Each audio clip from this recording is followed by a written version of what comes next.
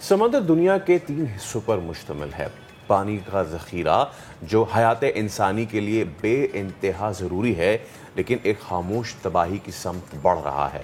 8 جون یعنی آج کا دن پاکستان سمیت دنیا بھر میں سمندروں کا عالمی دن منایا جا رہا ہے، ورلڈ اوشن ڈے۔ اب اس دن کو منانے کا مقصد کیا ہے؟ بالکل، اس دن کو منانے کا مقصد انسانی زندگی میں پانی کی اہمیت، آبی حیات کا تحفظ اور سمندری آلودگی ختم کرنا ہے۔ ہمارے یہاں ندی نالوں کا گندا پانی سمندر میں پھینکا جاتا ہے، ساتھ ہی وہاں جانے والے بھی گندگی پھیلاتے ہیں، کچرا پھیلاتے ہیں۔ اس کی جیتی جاگتی مثال صرف ایک چھوٹی سی ہے کہ آپ ذرا سی ویو چلے جائیں تو آپ کو بڑا ہی برا منظر نظر آتا ہے، جس سے آبی حیات کو خطرات تو لاحق ہوتے ہی ہیں، ساتھ ہی ساتھ سمندری آلودگی میں بھی اضافہ ہو رہا ہے۔ تو پلیز اپیل آپ لوگوں سے یہی ہے، آج کے سیگمنٹ کا مقصد یہی ہے کہ خیال کریں، ہر چیز کی ذمہ داری، ہر چیز کی رسپانسبلٹی گورنمنٹ پر نہیں ڈالیں۔ ہمیں چاہیے کہ ہم بھی اپنی ذمہ داریاں پوری کریں تاکہ آبی حیات اور سمندر کا تحفظ یقینی بنایا جا سکے۔ اسی پر بات کرنے کے لیے آج ہمیں جوائن کیا ہے WWF پاکستان کے ٹیکنیکل ایڈوائزر معظم خان صاحب نے۔ السلام علیکم سر، گڈ مارننگ، بہت شکریہ آپ تشریف لے کر آئے۔ اور ایک گیسٹ اور اس کے ساتھ ساتھ ہمیں ڈائریکٹر نیشنل انسٹیٹیوٹ میری ٹائم افیئرس کموڈر علی عباس صاحب بھی جوائن کر چکے ہیں۔ کموڈر صاحب، آپ کا بھی بہت شکریہ، thank you so much for your time. ہم آپ سے بھی بات کریں گے کہ کس طریقے سے آپ لوگ جو ہے وہ سمندر کی صحت کو بہتر بنانے میں اپنا کردار ادا کر رہے ہیں۔ معظم صاحب، میں آپ سے شروع کروں گا، کیا چیلنجز درپیش ہیں پاکستان کے پانیوں کو؟ سب سے پہلے تو بتائیے۔ ایسا ہے کہ پہلی بات تو یہ ہے کہ یہ ایک اللہ تعالیٰ کی بڑی نعمت ہے کہ ہمارے پاس سمندر موجود ہے۔ دنیا میں 44 ایسے ملک ہیں جن کے پاس سمندر نہیں ہے، اور سمندر کچھ تو ہمارے ساتھ ایسے کردار ادا کر رہا ہوتا ہے جنہیں ہمیں احساس بھی نہیں ہوتا۔ دنیا کی 50% آکسیجن سمندر ہمیں پرووائڈ کرتا ہے، جو ہم سانس سے کاربن ڈائی آکسائڈ ریلیز کرتے ہیں جو کہ ایک گرین ہاؤس گیس ہے، اس کی 30% سمندر ایبزارب کر سکتا ہے۔ لیکن اتنی بڑی نعمت ہونے کے باوجود بھی ہم نے، پاکستان نے خاص طور پہ اس کو الٹیمیٹ ڈمپ سمجھا ہوا ہے کہ یہ کوڑا دان ہے۔ شہر کراچی کا تقریباً 500 ملین گیلن پانی ان ٹریٹڈ سمندر میں جا رہا ہے۔ اس کے علاوہ اندازاً تقریباً 4 سے 5 ہزار ٹن سالڈ ویسٹ جو ہے، کوڑا ہے ہمارا، جو کہ ماحول کا حصہ بنتا ہے اور الٹیمیٹلی وہ سمندر میں پہنچ جاتا ہے۔ تو سمندر میں پھر اس کے علاوہ جو ہم سمندر کو استعمال کر رہے ہیں، مثلا ماہی گیری کے لیے، ماہی گیری سمندر کی بایو ڈائیورسٹی کے لیے سب سے خطرناک چیز ہے۔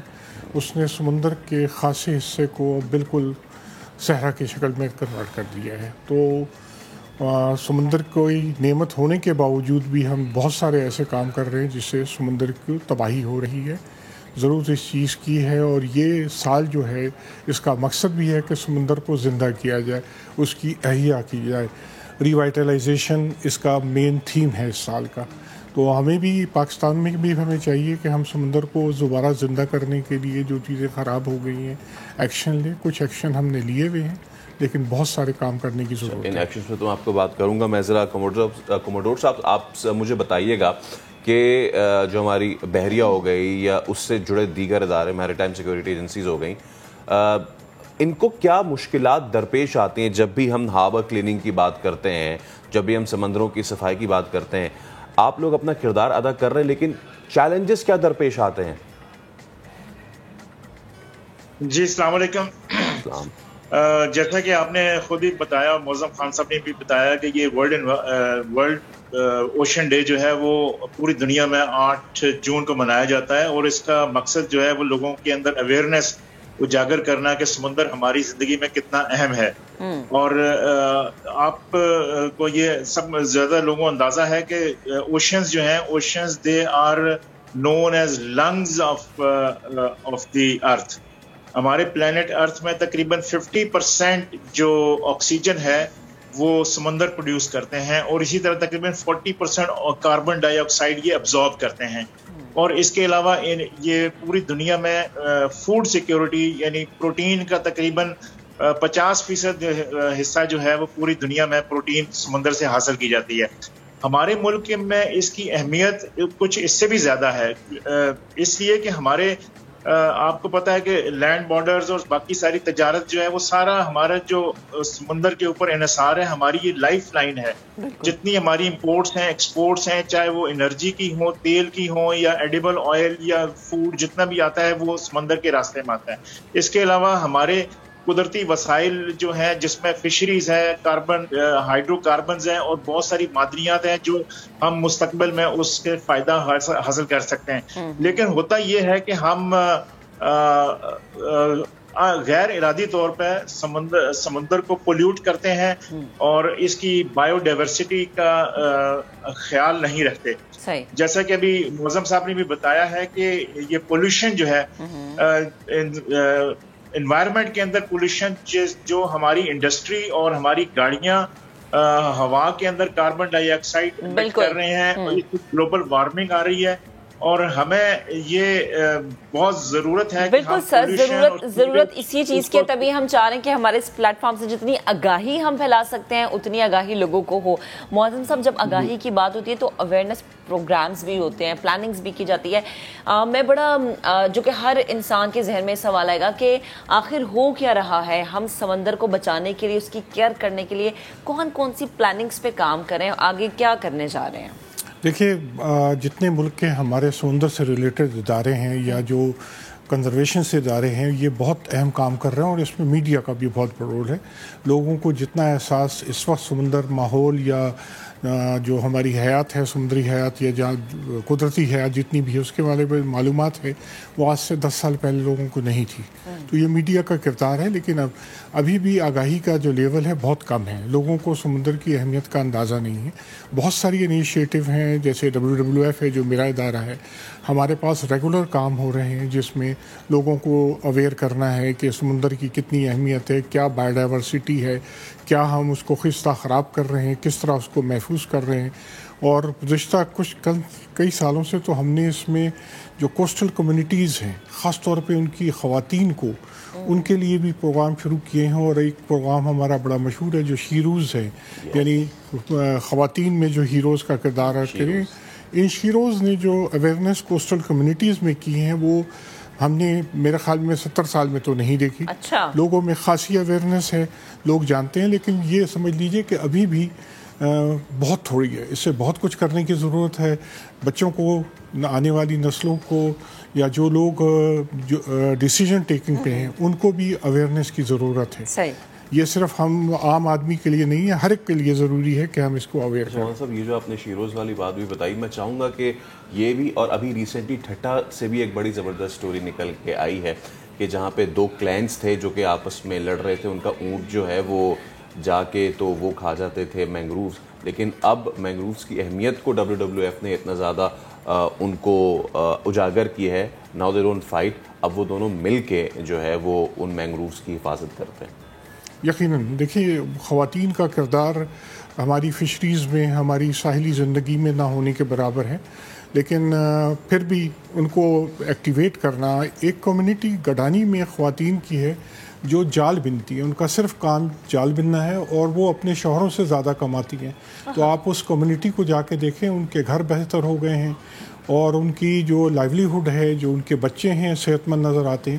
تو یہ ایک ایسی ایکٹیویٹی ہے جو کہ شروع کی گئی.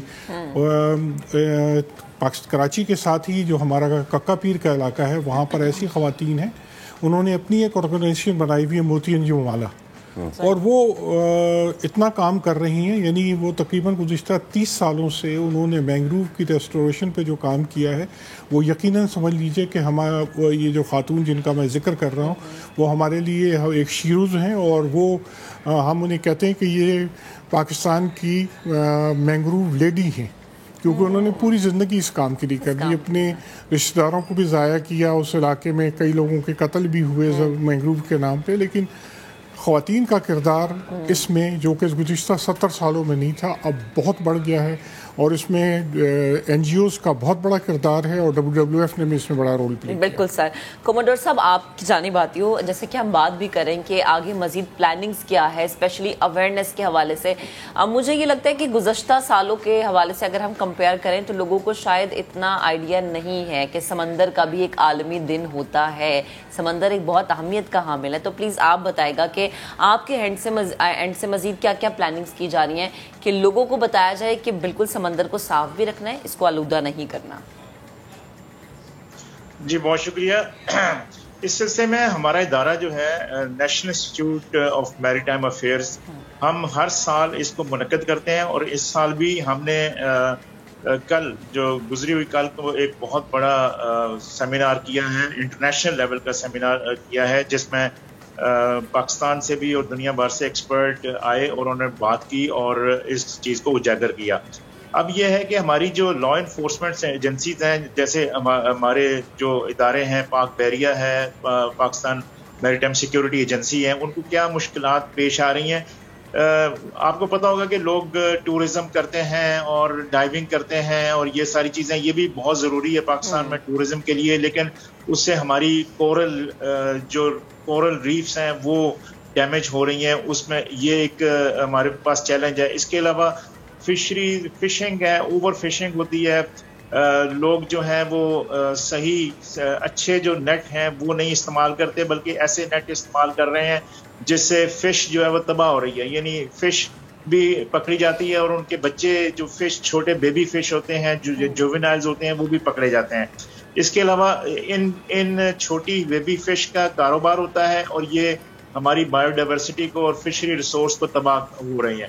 اس کے علاوہ آپ کو پتا ہے کہ جو کراچی میں جتنی انڈسٹری ہے اس کا ٹاکسک ویسٹ، کیمیکل ویسٹ وہ سمندر کے اندر جا رہا ہے۔ تو اب اویئرنیس اس چیز پہ آ گئی ہے، پاکستان انٹرنیشنل لیول پہ بہت سارے ٹریٹیز کا سگنیٹری ہے، اور اس کے لیے پاکستان میں کافی سارے رولز بھی موجود ہیں، لیکن وہی بات ہے کمروڑ صاحب کے امپلیمنٹ کرنے کی ان کو ضرورت ہے، جس میں آپ کی بھی ادارہ کام کر رہا ہے اور مولانا بھی کام کر رہا ہے۔ تھینک یو سو مچ کمروڑ صاحب، اور تھینک یو سو مچ مولانا صاحب، آپ دونوں تشریف لائے۔